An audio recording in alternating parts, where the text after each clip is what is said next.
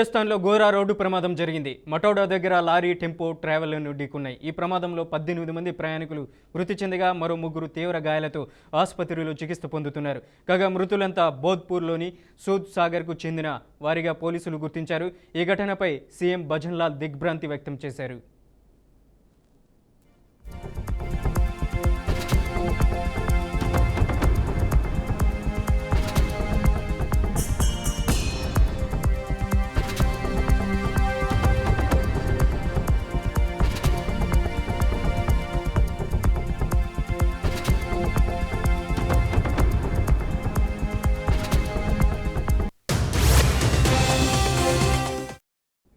రాజస్థాన్లో ఘోర రోడ్డు ప్రమాదం జరిగింది. మటోడా దగ్గర లారీ, టెంపో, ట్రావెల్ ఢీకొన్నాయి.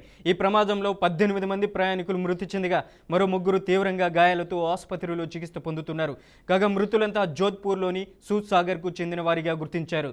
ఘటనపై సీఎం భజన్లాల్ దిగ్భ్రాంతి వ్యక్తం చేశారు.